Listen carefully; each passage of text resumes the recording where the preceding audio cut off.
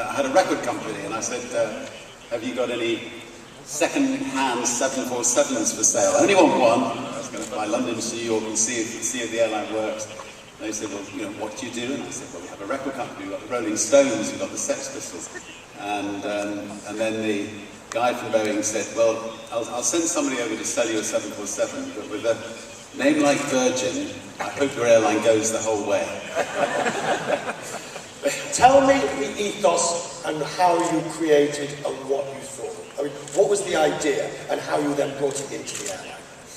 Well, I mean, when we both started 30 years ago, the quality of airlines was abysmal. I mean, you were lucky if you had a piece of chicken dumped in your lap. There was no entertainment.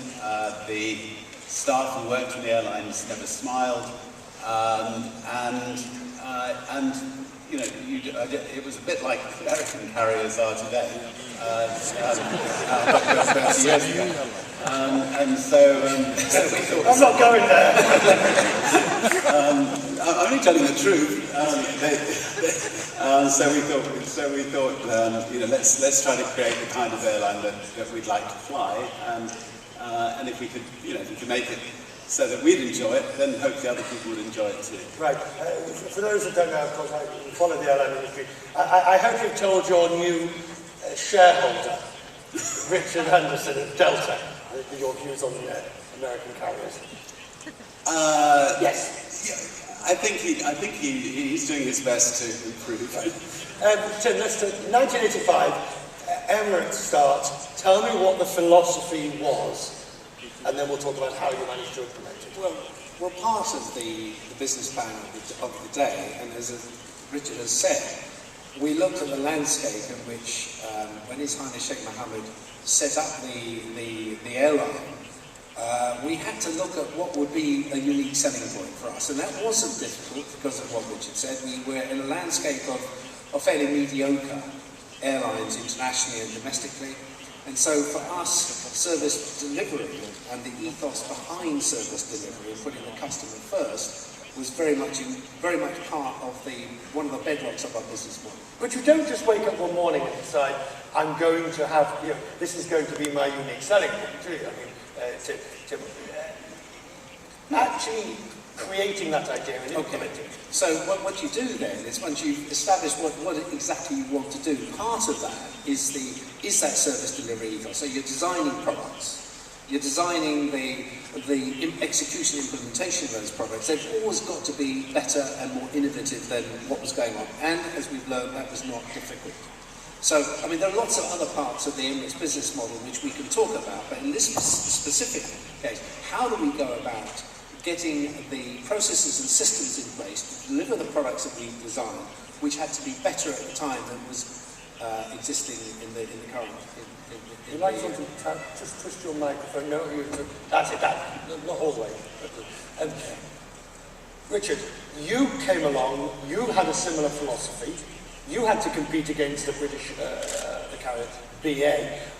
What did you tell your staff in those early days about what they had to provide and how they had to be different? How did you imbibe in them this spirit of service and difference? I don't think you necessarily have to tell your staff to behave differently. I think if you give them the tools to do the job properly, and if they're really proud of the company they're working for, they will excel. That's chicken and egg, though. How do you give them? It's not. How do you give them the tools, and how do you make them proud to become? Because I mean, if you're working for an airline that has broken seats, that doesn't have good food, where the customers are complaining all the time, the staff will soon have a terrible attitude because they're fed up with the company they're working for, and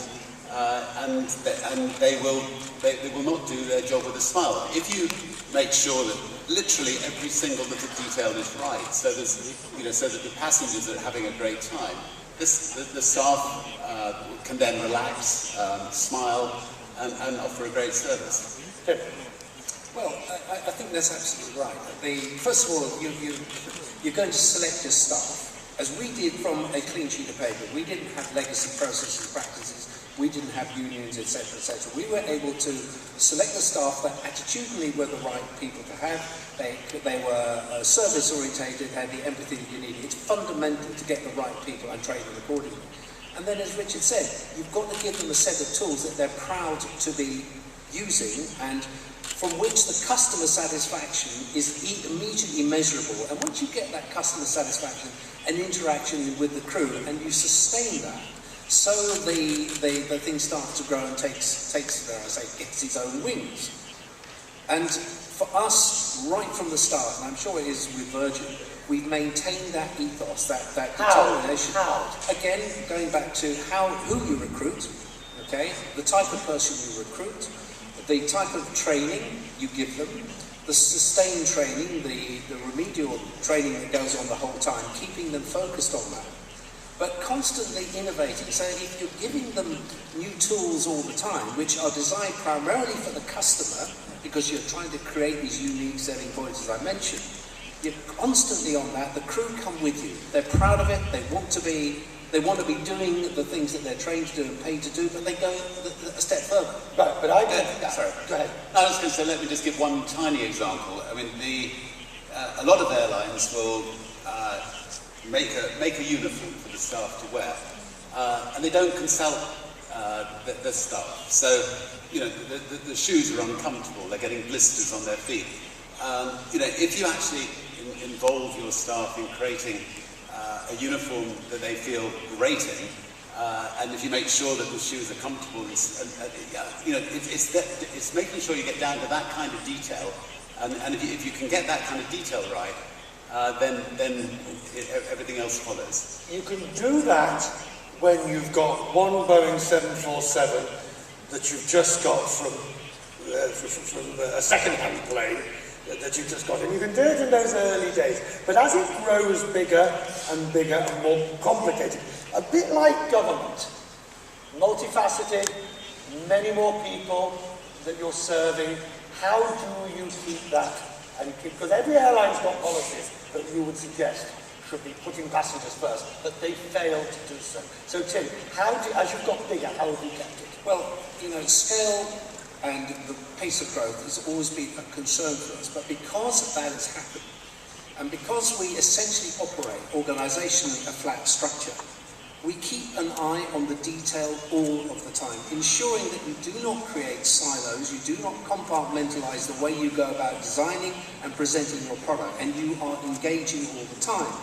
So that the detail that is so important in what we do in any service industry, where you go, how you interact with your customers, how you explain to them and advance the tools, the products that you're doing is so important to us. So many larger organisations become compartmentalised, they become siloised, their processes and protocols and practices become of a legacy nature.